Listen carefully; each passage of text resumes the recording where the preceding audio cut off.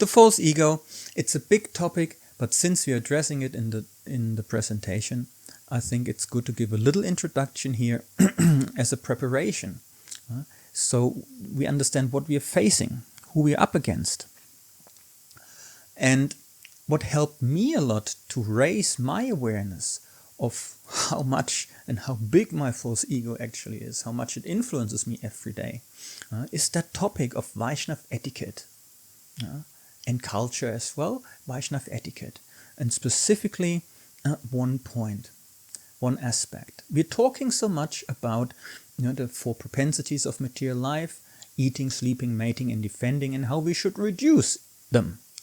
Specifically the eating, the sleeping, and the mating, right? The more gross aspects of those propensities, right? Because they're beneficial for our spiritual life. Right? But we're not talking so much about defending, but it is specifically that defending which is actually so important, which helps us to really move forward.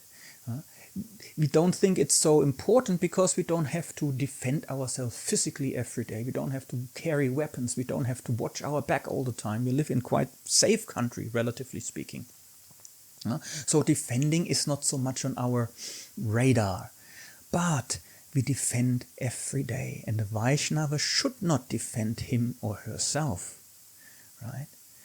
What is this defending? If I come into this room with my gentle nature, gentle as I am, everyone knows me, right? And I asked, why is that not done? Why is it dirty here? Who did that? Who did this? And so on. Immediately, the reaction internally within us would be, it wasn't me. Why do you look at me? I don't know who it was. Maybe it was this one. Maybe it was that one. We're defending. We're deflecting. We're shifting blame. We bring the attention to something else. We're deflecting attention from us. That's defending. And this defending is directly an activity of our false ego. And nothing else. It's not us. It's the false ego. Right? And so when we become aware of that and observe ourselves, how much of this defending we actually do every day, oh my God, then we realize how much the false ego is acting and how little we are actually acting. Right? How often do we say every day, it wasn't me? How often when we do a mistake, we try to lift the carpet and shove it under, right? And hopefully no one saw it. This is defending and this is the false ego. So defending is a wide area of subtle activities. And this defending is like an indicator of how much our false ego is acting. It requires honest self-reflection and humility to accept that.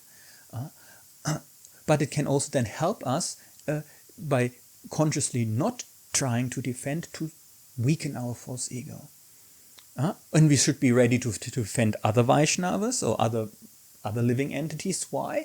Because we're making ourselves open for attack.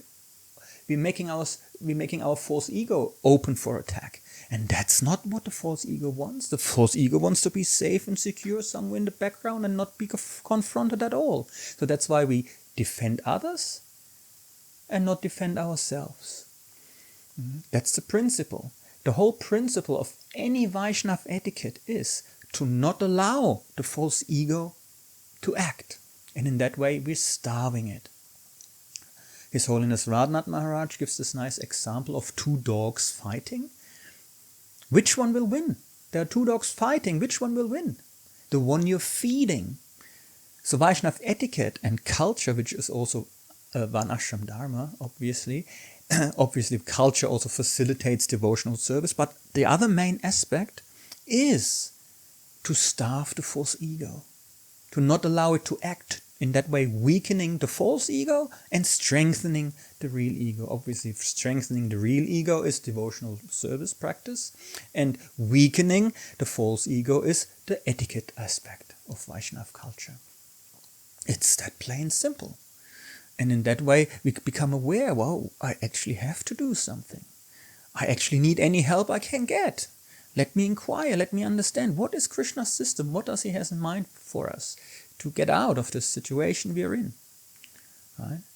So this is the false ego, our friend and companion, constantly there causing trouble to us, right?